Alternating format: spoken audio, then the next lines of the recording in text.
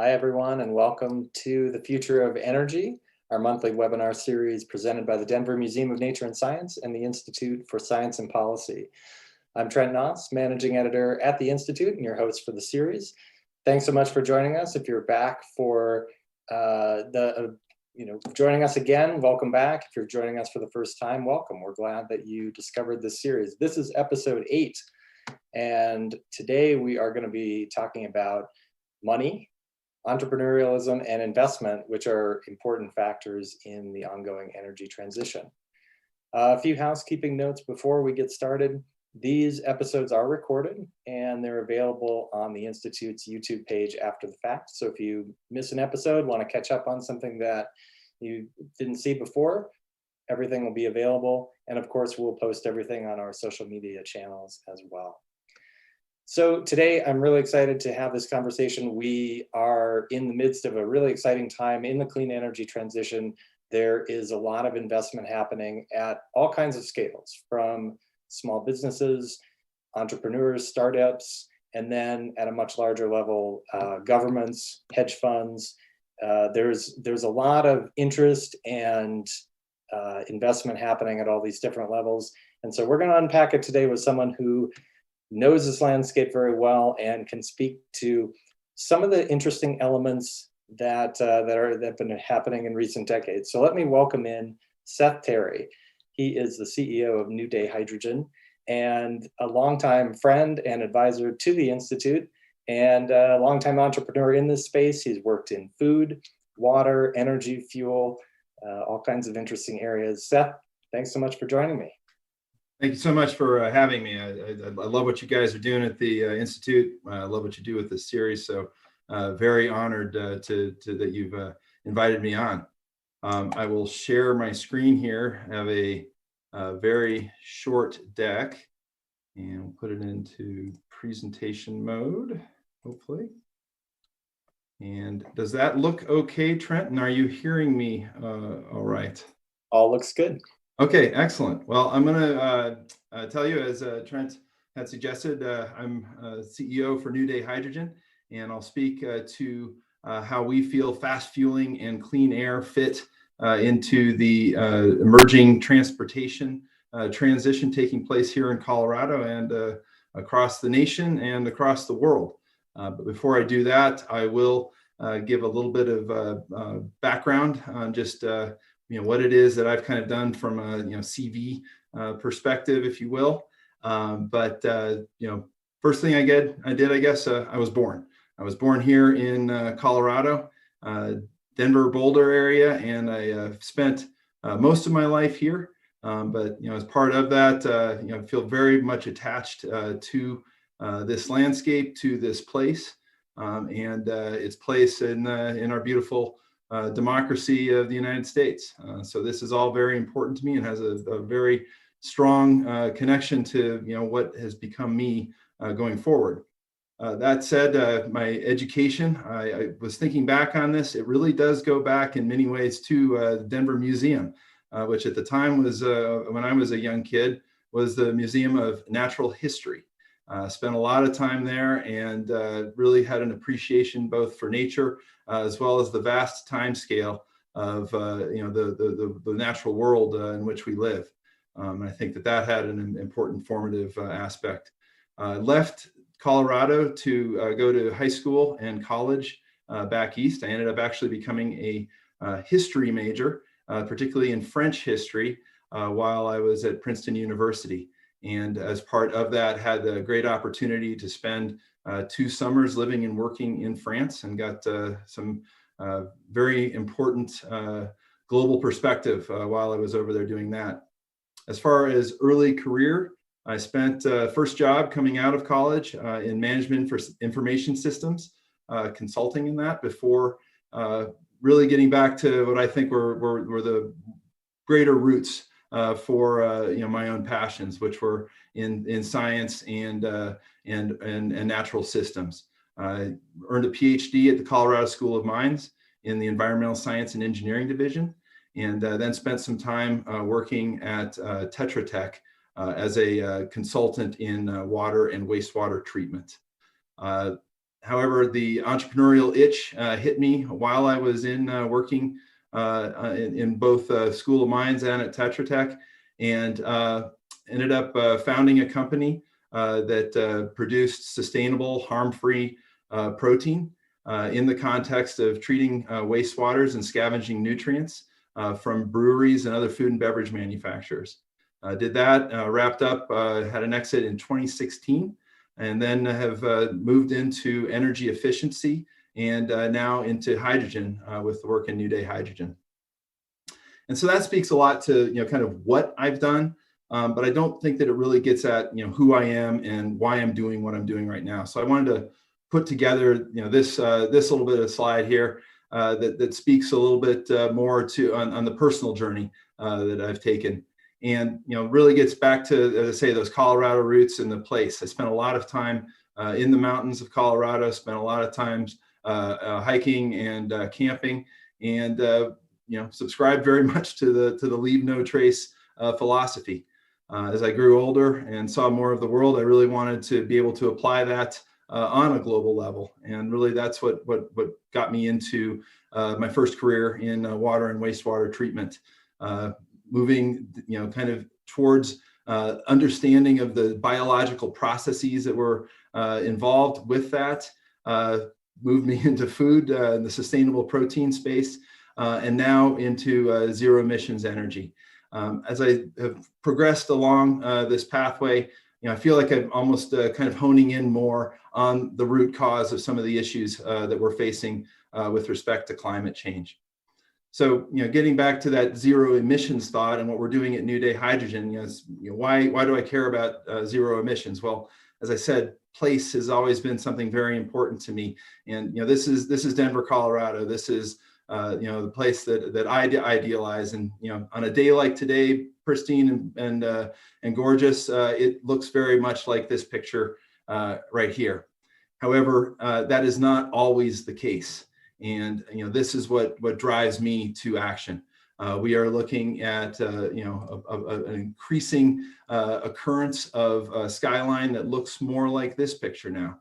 And whether that is derived from forest fires as a result of climate change or from direct emissions from vehicles and power generation, this is a real issue that we're facing here in Colorado and in many other parts of the world, obviously.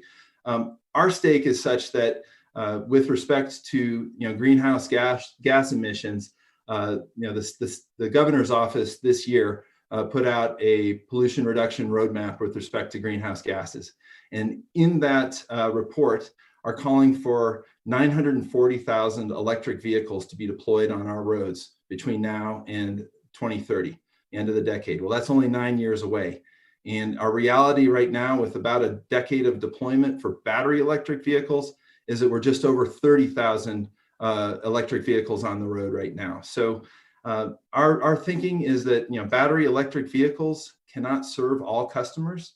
And if that were the case, obviously we would see a much higher deployment than we have, and that consumers actually need another option. Unfortunately, and fortunately, that option does exist, and that's what we're seeking to provide. That option being one where we can have both the zero emissions and the rapid refueling that we're used to with our current vehicles.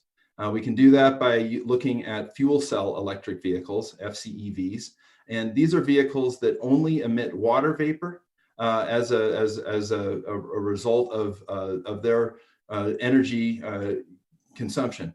It is not combustion. We are not talking about a combustion engine here. It's a fuel cell engine that operates at far lower temperature and far more efficiently. But it does provide the benefit, as I indicated, of being able to fill a tank, doing so quickly and on demand. And in such a way, we expect that it can meet consumers at their need, can provide a one-to-one replacement of current vehicles, so that it could be a person's exclusive car if they wanted it to be so. And it can also provide that same service at the much larger vehicle level, for example, buses and fleet vehicles. And as I indicated before, it does not require a behavior change. We can fill the tanks of these fuel cell electric vehicles in a matter of minutes, just like we do right now with gasoline and diesel. And so just to wrap up very quickly here, what it is that we're seeking to do at New Day Hydrogen, and that is to develop a hydrogen hub here in Colorado. We feel for a number of reasons, Colorado is an exceptional place for us to launch this, this hydrogen hub. And that would include not just the fueling stations that we would be developing, but also fleets of medium duty trucks or light duty passenger vehicles that might be in delivery services, for example. We'd also be speaking with transit authorities and roadside assistance fleets.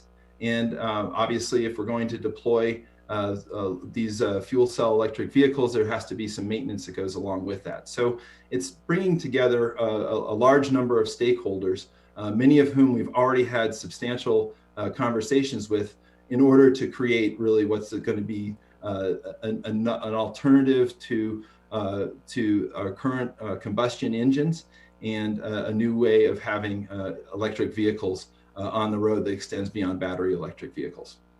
And so with that, there's certainly, just getting back to the company, feel free, love to speak with anybody interested in learning more about what we do. And I'm sure that link will be dropped into the chat, but beyond that, I will stop the share and we can open it up, Trent, to questions. Great, thank you, Seth. That was great to hear about your personal journey and certainly your long experience in this area. We're going to get into the discussion here. I would encourage the audience to drop your questions into the chat as we go along. We'll try to incorporate as many as we can. We're going to have a pretty wide-ranging discussion, so please don't be shy. I think we're going to, for the purposes of this session, we're going to stick with the micro and we'll work outward to the macro. I'm curious, Seth, in the time that you've been working in the clean tech sector, and you've moved through some different companies, and you've seen this landscape evolve. What have been some of the most stark or noticeable changes in the landscape, maybe just in the last couple decades? What has really stuck out to you as improving for good, or I shouldn't say improving, just changing for good or for ill? I really have to say that, well, let's back up because I think most of it is good, but I think that for ill, we're not making the progress we need to at the speed we need to really have a dent in the impact we're making on climate change right now. So that would be kind of the negative backdrop. But I would say that on the positive side, we are absolutely speaking at many different levels, governmental and investment. However it is, even in public discourse, on a much more sophisticated level about the realities of the challenges that we're facing right now. And that to me is remarkably validating. And just, anecdotally, when we started our business and we're, talking about, alternative or sustainable protein, that was something that we had to do an awful lot of education for investors and for anybody that we were speaking to about our endeavors. I don't think that you have to do that to that extent anymore. I mean, they're absolutely, harm-free proteins, sustainable proteins. Those are categories on their own right now. And microbial protein is hardly something that people think of as being odd anymore.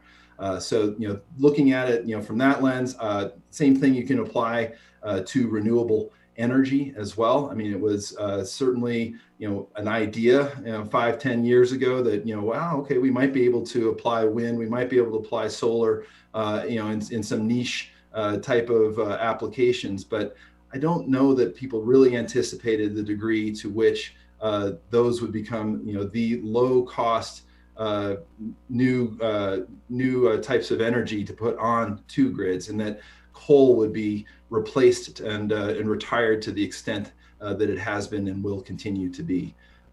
Then, finally, on that other, third leg of the stool, from a perspective of water, I think people are much more aware, even beyond the West here, of the limitations and the challenges we face with respect to clean natural water sources and the demands that we're placing on those, whether it be from industry, agriculture, chemical production, whatever it is. And again, there's so much more real discussion, real investment, and real opportunity, going into innovating to meet those challenges.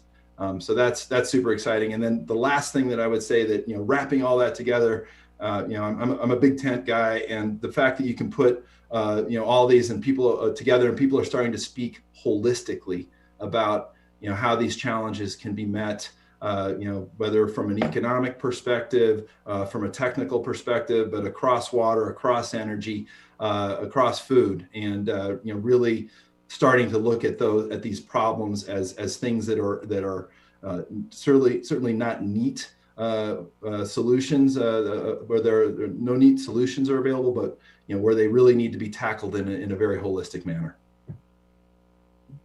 Absolutely. I'm curious, from your experience in the field, as entrepreneurialism can be very scary.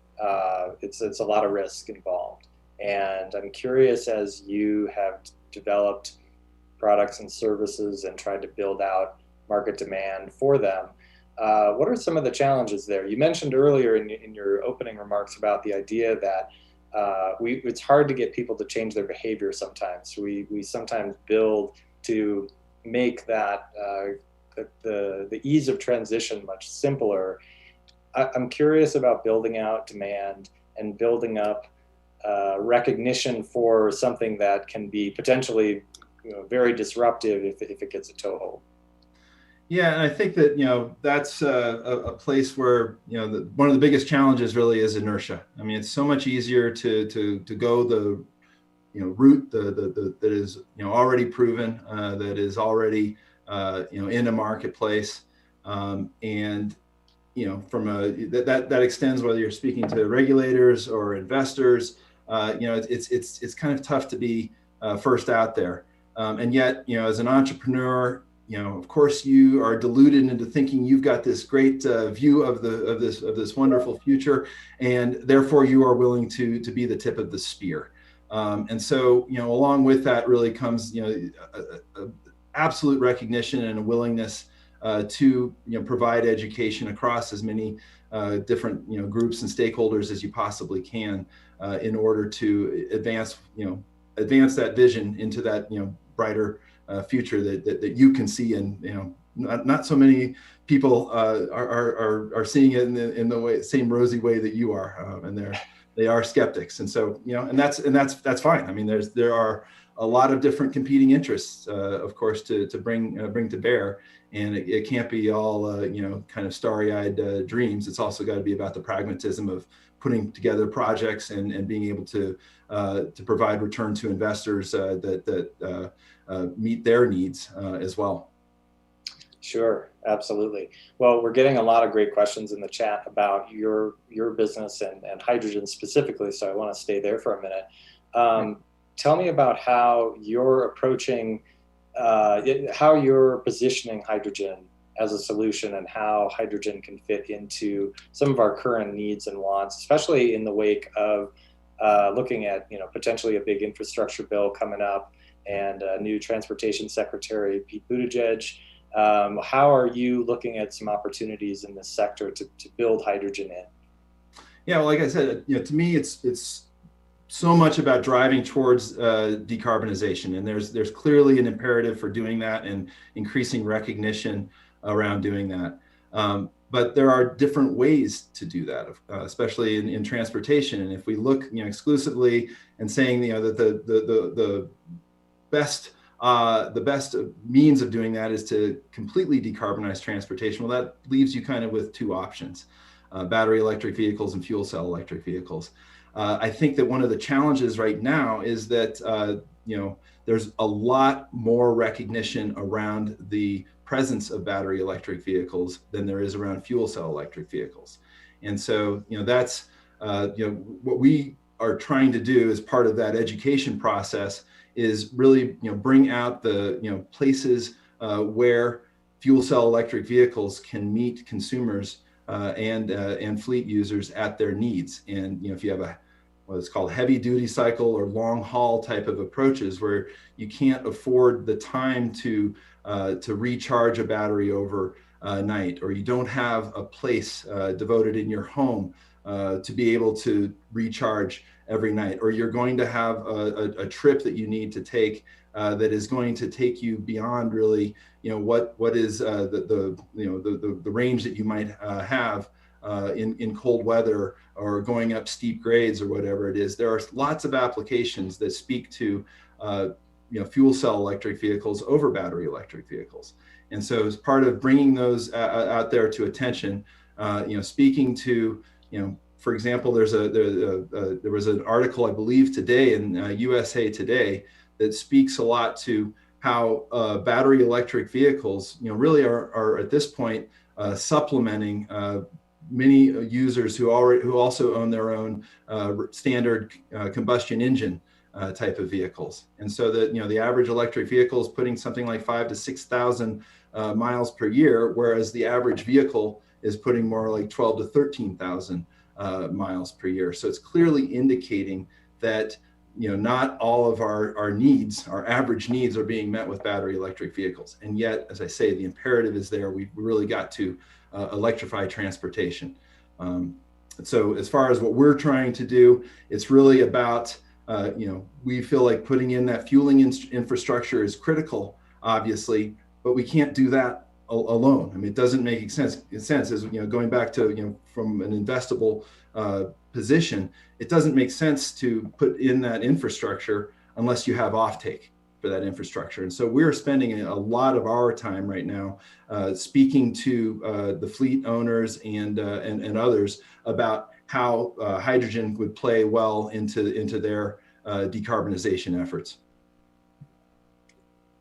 I'm curious about the interplay between invention and policy. And maybe this is a little bit of a philosophical chicken and egg question, but the idea that you have an innovative technology that comes along and policy adjusts to incorporate that technology, or whether it's policy that comes along with incentives or sets decarbonization goals, for example, like we have here in Colorado, and then the technology that's the drive to really ramp up technology that was maybe in the incubation stage. Could you tell me a little bit about how you view that dynamic and what you think the appropriate balance is there? Yeah, that's super interesting, because I think my answer has changed dramatically from what it would have been 5 years ago. 5 years ago, I think that my perspective would have been that in order to get this kind of change in the broader society, that you were really going to have some strong federal incentives to help move this along and provide the right market signals. And I would say that, for me, the greatest surprise really over the last 4 to 5 years has been the extent to which these innovations have, in renewables and putting wind and solar onto the grid, have developed really despite antagonism at the federal level. And so that, as I say, is the biggest surprise. So clearly, government support is at the federal level is not absolutely essential to make things move in a positive direction going forward. But in this case, there was a very strong market signal that was sending it there. Nevertheless, that said, the government in itself is one of the largest consumers in the United States, and just by their very choices in how they acquire their own goods and services, they can go a long way towards supporting the right kind of policy that goes through. So I think it's absolutely government is a strong modifier to help in the right kind of direction, and can provide that direction, looking out beyond the normal horizons of say a business cycle or even technology development cycle, where they can look ahead 20 years, 30 years down the road, as it was going to be important here with climate change mitigation, and be able to provide those signals and that consistency in the market. So speaking specifically again to hydrogen, but certainly applicable to other areas of clean tech, cost competitiveness. We had a question in the chat about hydrogen as cost competitive and what some elements there. I'm curious how when treading new water, so to speak, how you work on bringing the price down, or at least making it so that people can adopt this technology if they're able to. Yeah, well, so from the fuel perspective, we're situated actually quite well here in Colorado, as we've done as much decarbonization as we have on the grid, and you have players such as Xcel Energy that have sent pretty clear signals as to where they would like to see renewables and clean energy and zero carbon going on the grid. So as a result, actually there's pretty good pricing for electricity here in Colorado. Our stations would make hydrogen fuel via electrolysis, do that on site, and so obviously the electricity that goes into those stations is an important cost factor for us. We feel that in the current landscape, we can support our operations and be able to deliver hydrogen fuel at a roughly equivalent price to gasoline right now. That's actually getting helped out a little bit as gasoline prices have started to rise again. So I think that with the appropriate kind of incentive structure, we'll be able to manage what we need to do on the operational side. That said, we still need to support the capex for our fueling stations, and then going to the other side on the consumer side and on the fleet side, there's those fuel cell electric vehicles. Those are all made in relatively small numbers right now, so relatively high per unit prices. And there, you're getting help from the OEMs such as Toyota, for example, who are absolutely working on getting that price down, but also providing some other incentives to consumers such that they can get fuel cell electric vehicles like their Mirai out in California at prices as low as a net cost of $20,000 for a vehicle by the time you take in government support and fuel credits that they provide back. And I think that you see, as we've seen with solar cells, with lithium-ion batteries, with wind energy, the unit prices go down dramatically as you start to scale and as you adopt more of those resources into the economic system. Well, zooming out for a minute, it has seemed like in recent years, and certainly going back even decades, there have been more calls for divestment from fossil fuels. We've seen movement among some of the big hedge funds and venture capital money. It seems like there's a tectonic shift happening that has been slow, and maybe we're still certainly right in the middle of it. But how do you see that larger, some of that big money on a global scale? What have you noticed over the last several decades?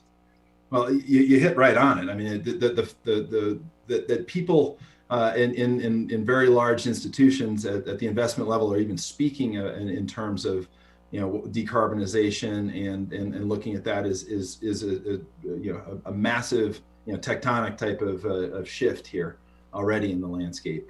And I think that what's really happening broadly is that these players are starting to look at risk mitigation, and they are seeing that we are at many different levels across society, across economies, exposed to increasing amounts of risk as a result of climate change.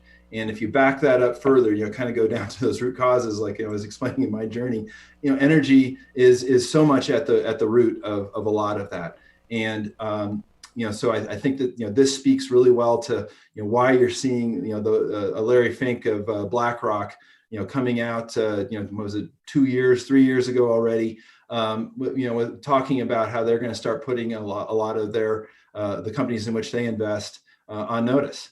And at the time there was a lot of discussion. Is this really serious? Is he just doing this to be self-serving? Well, in subsequent letters, and the actions of BlackRock, they're showing some teeth on that in terms of saying that we're not going to continue investing in a lot of companies that have a lot of fossil fuel exposure. And by the way, if you don't start incorporating that risk into your balance sheet somehow or into your business plan, we're going to basically move away and look at other opportunities. And it's not that BlackRock is altruistic and trying to move the needle on their own. I think they're doing this in their own economic interest, because their opportunity is much better for them if they can invest in companies that have looked at these risk profiles and have taken those to heart in their business plan and in their future planning. Well, and I think you hit on it right there. We've certainly seen the same thing happening at a corporate level. We've seen corporations building out ESG initiatives, and then we at sometimes run into a little bit of the danger of the dreaded greenwashing, where we slap a green banner on something, or we put out a descriptive press release, but there's no action underneath it. Do you see any danger there in overcorrection, or are corporations really, as you say, showing some teeth on this and moving in this direction?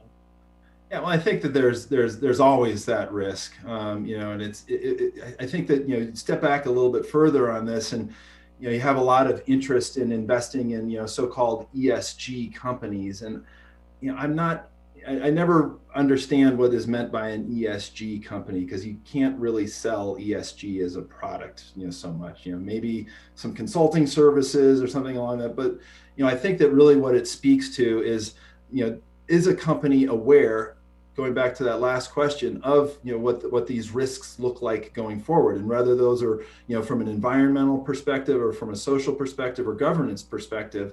A company that is looking at those in a honest and risk wary perspective and looking into the future is going to do an awful lot better with their planning than a company that is absolutely disregarding that. And so you look at companies.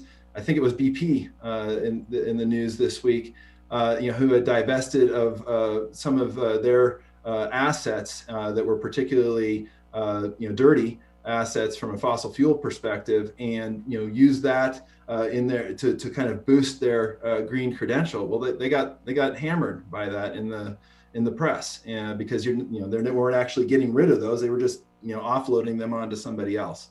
That said, it's not to beat up on BP and what they're trying to achieve by having that divestment in their own asset portfolio.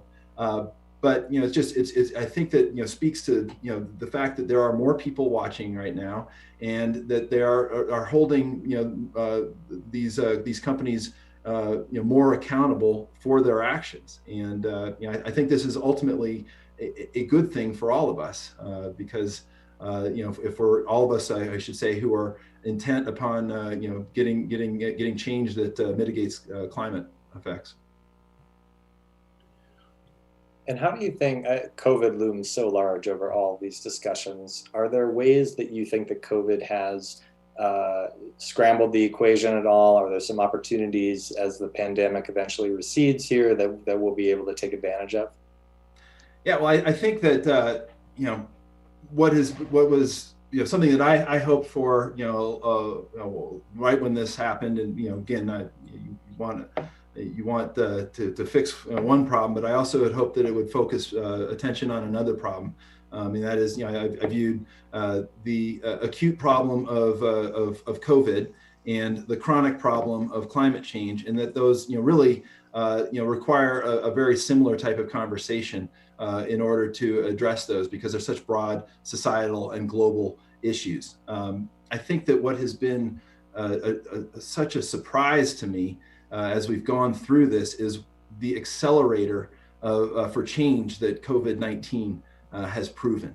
And I think that we were kind of slow walking towards a number of these solutions, and I think that we have picked up that pace immeasurably, and we're not going to be able to go back to what it was before the pandemic.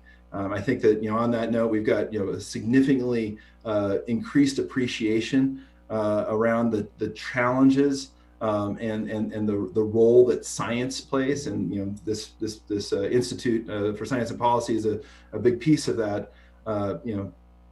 Trying to advance that discussion, and then this greater understanding, I think, that is emerged around the positive role the government can play in terms of trying to bring about innovation and change at a societal and broad economic level. So I think that we are in a place where to some extent we've been helped by having this significant break with the past that is represented by the pandemic, and we've seen it in broad, going back to the ESG and that S part of that component, societally, what we have seen in terms of recognition, for oppressed peoples and oppressed communities and whatnot is, seems to be light years away from where it was a year and a half ago. Well, and we're still in the first 100 days or so of a new administration. I alluded to the transportation infrastructure bill that's in the works right now. Are you watching for anything at the federal level right now? Is the action going to be at the state level with Colorado and some of its initiatives that are working? What are you going to be watching for here over the next couple of years? I think kind of going back to what's moving a little more parochially here into what it is that we see at New Day Hydrogen. Obviously very pleased that there is an infrastructure plan that appears to be coalescing, and that it is a significant one, and that it appears very much in line with looking at decarbonization and climate. I think that all that said, the thing that I'm going to be watching for is are they dialing an answer, or are they dialing an outcome? And what I would like to say is that the outcome is decarbonization, and that there are a number of different options around how that could take place. And as I've said a couple of times here, and I apologize for repeating myself, but this optionality around the electrification for transportation, and just an appreciation that there are other approaches besides battery EVs that so many people just aren't aware of yet, and that we really need to be focused on meeting that end goal, that outcome of decarbonization. And we need to let the market really suss out what it is that what consumers are going to want, and what companies and businesses are going to want in order to achieve that outcome. Absolutely. And then just in terms of some things that you'll be doing here at the state level, obviously infrastructure build out is an important one.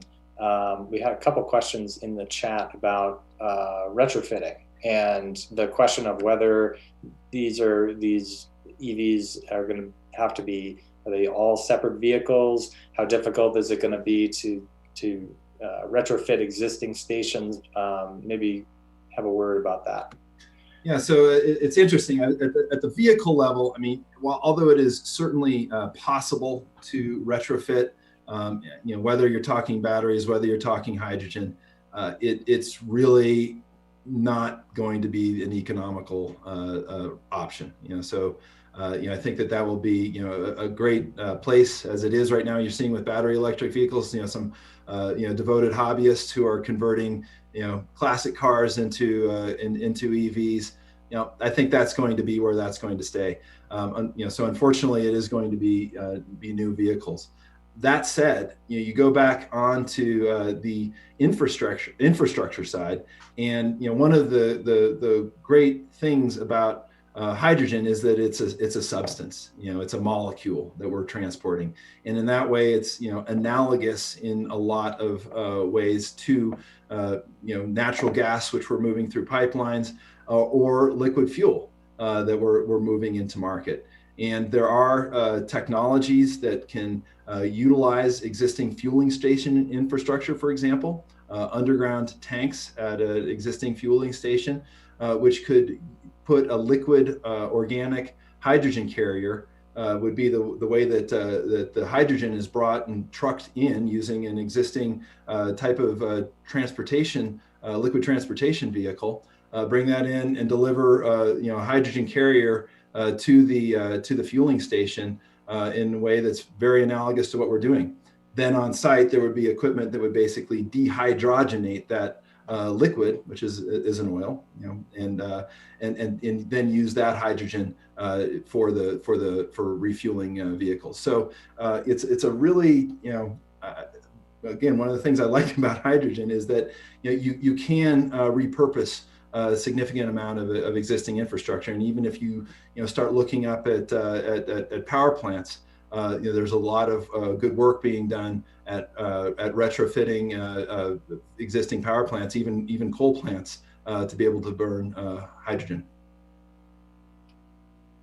Yeah, I think we could probably do another whole session just on the science behind it. It is really fascinating. I love the technical aspects of it, no doubt. But the social ones as well. I mean, it's really fertile ground. Yeah, well, definitely. Well, we just have a few more minutes of your time, Seth. I wanted to get you out of here on a question about just, again, entrepreneurialism writ large. And if you were talking to a group of budding entrepreneurs, people who are interested, students who want to get into this world or get into this nexus between clean tech and policy, for example, what would you tell them? What would you tell them about, drawing on your own experience? What advice would you perhaps give? Go into it eyes wide open. It's not an easy route to take. A lot of what we spoke about in some of those earlier questions. It's you're going to have a vision that the way that you think things should be, and it may very well even be the right vision. But there are an awful lot of there's inertia in the marketplace. There are structural impediments by incumbent players, and so you just need to be prepared and be realistic. And it's not just about technology. It's also about people and relationships, and about bringing and economics, and bringing your solutions to market. So, interestingly, my earlier work was really around technology and around a process, whereas the work I'm doing right now is about integrating other people's technology. So there are lots of different ways to approach the work that you do. It doesn't have to be just technology and innovation, moving from the lab to the marketplace. It can also be about trying to build a market, which is what we're trying to do right now. But no matter what it is, count on really putting in an awful lot of work, and a lot of more work than you probably imagined, and bringing together more interested people to help support that work, what you're doing with investment dollars. Very well said. Well, Seth, I really want to thank you for your time today. This has been a great conversation. We covered so much ground. I'm sure we could go on for a whole nother hour, and there's so much to talk about in this space. Indeed. Well, I thank you again. It's great, as always, to have a conversation with you, and I look forward to any questions that may come out of it offline and through email afterwards. So thank you very much. Well, thank you, and best of luck to you at everything you're doing at New Day. Appreciate it. Goodbye. Thanks to our audience for hanging with us today. This was great. We such a great discussion, so many great questions. We apologize, as usual, that we can't get to all of them. We'll put Seth's email and information about New Day Hydrogen in the chat in case you'd like to follow up. And I hope you'll join us again next month. Next month's episode will be our final one in this series. We are going to be talking about the road ahead for Colorado and clean energy on May 18th at this same time, 4 p.m. Mountain. Hope you'll join us. We're going to wrap up the series on a real high note. So look forward to that. In the meantime, you can catch up with the Institute on our social channels. We're on Facebook, we're on Twitter, we're on the web at institute.dmns.org. Hope you have a great rest of the afternoon and be well.